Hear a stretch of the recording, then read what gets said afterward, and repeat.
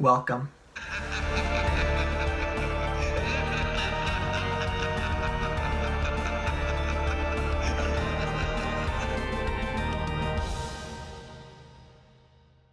Draft Day was released in 2014 and was directed by Ivan Reitman.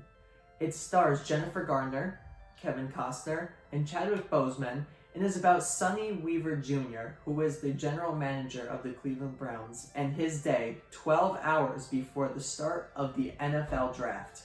So I decided to review this movie because of the tragic passing of Chadwick Boseman. Rest in power.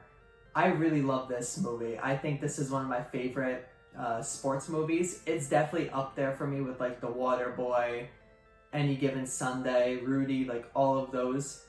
I absolutely love this movie, and it's a different take on sports movies because usually it's about the players and all of that, but this time it really takes the viewpoint of a general manager of a team and what he has to go through day to day, and how everything just gets amplified on draft day, which for all my non-sports fans who are watching this review, the draft is basically where college players get chosen by NFL teams to play for their team, and that's putting it like the least complicated way possible.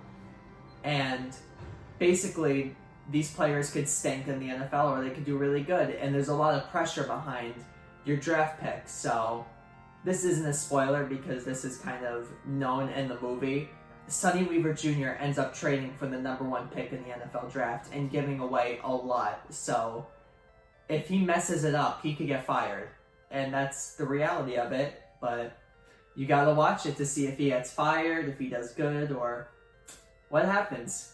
So let's talk about some pros with this movie, which I've already been talking about. I love the concept of it.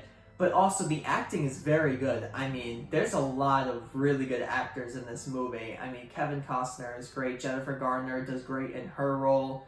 Of course, Chadwick Boseman does amazing. The head coach, I'm not sure what the actor's name is who's playing him. It's slipping my mind right now, but he does a phenomenal job as the head coach. I mean, just everyone did great working together to make a great movie. And Terry Crews is in it, and I love Terry Crews. Who doesn't love Terry Crews? But he does a great job in it. The last pro that I have with this movie is its third act. It is done great. It keeps the vibe tense. You really don't know what's gonna happen. You're like, oh my god, like, is he gonna mess up? Is he gonna draft this person? Is he gonna draft this person? This person, I mean, there's so much in the air. All of the tension that was made throughout the movie just gets amplified in this third act, and let me just say, the tension in this third act is a lot better than some of the horror movies that I've watched, which, I mean, great job for this movie for being able to create a sense. Apparently it's very hard to do, but I mean, everything about this movie I really like, but I do have a few cons with it.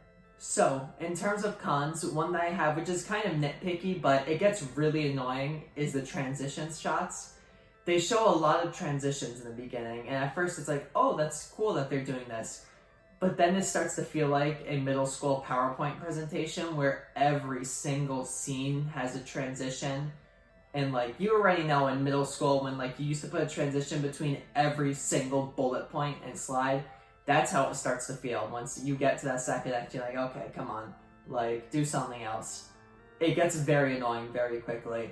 But it really doesn't take away much from the movie for me, but I should list it as a con because it is annoying. The last con that I do have with this movie is sometimes it makes the audience feel dumb.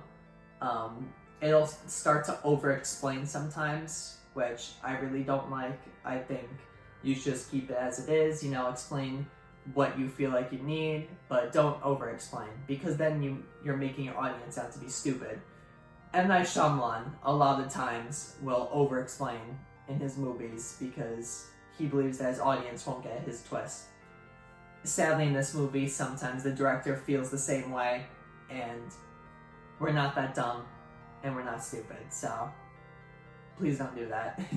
So, overall, I'm going to give this movie an 8 out of 10, and if you're a sports fan, I 100% recommend it. If you're not, I mean, it's a great movie. I do suggest watching it, but you may not like it as much if you're not a sports fan, which I feel like that's the same for most sports movies, but sometimes that's what makes a sports movie great. If it's everyone can just watch it, not just sports fans. I mean, everyone can watch The Waterboy and enjoy The Waterboy.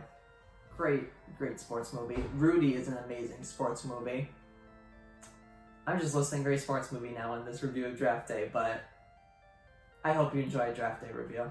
So thank you everyone for watching, and also to Chadwick Boseman, thank you so much for being an inspiration to so many people, for portraying Jackie Robinson, for being Black Panther, just for being an inspiration to a lot of people, and just rest in power, King.